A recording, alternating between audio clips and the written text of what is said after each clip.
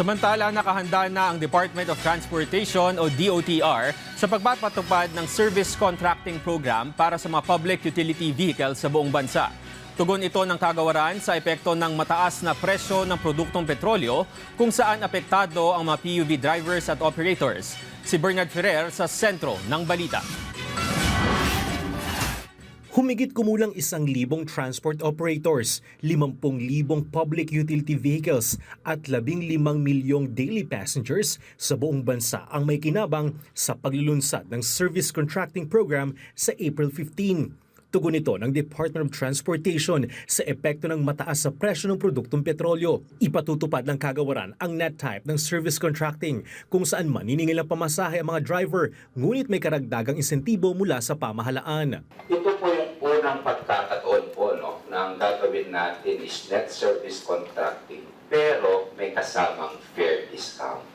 Dati-rati po kapag nag-net service contracting tayo, hindi na po tayo nagbibigay ng fare discount. Pero ang utos nga po ng Pangulo, kapag tutulungan natin ang mga operators and drivers, kailangan din tulungan natin ang mga pasahero. Sa EDSA Busway, aabot sa 100 pesos kada kilometro ang bayad sa mga bus unit, 40 pesos naman sa kada kilometro sa mga modern jeep at UV Express, at 30 pesos naman sa kada kilometro para sa mga traditional jeep. Makakatanggap ng 20% discount ang mga commuter, bukod pa sa umiiral na 20% discount para sa mga senior citizen, persons with disability at mga estudyante. Saklaw ng net service contracting ang 823 na ruta sa buong bansa.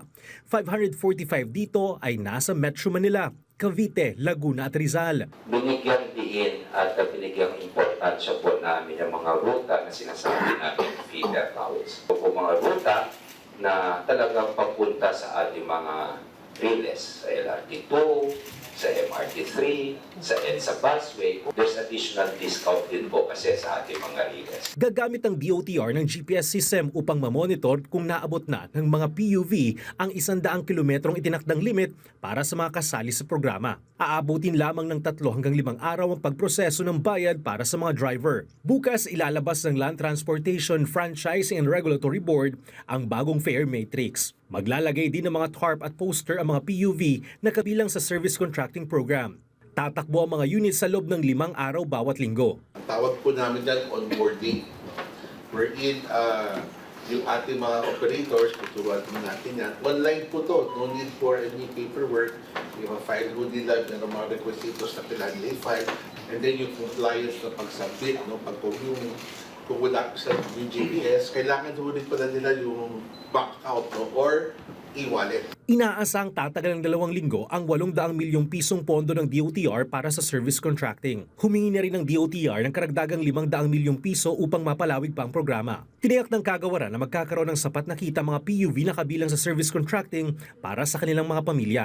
Samantala, inaayos na rin ang pagpapatupad ng service contracting para sa maritime sector na may inilaang 200 milyong piso. Bernard Ferrer para sa Pambansang TV sa Bagong Pilipinas.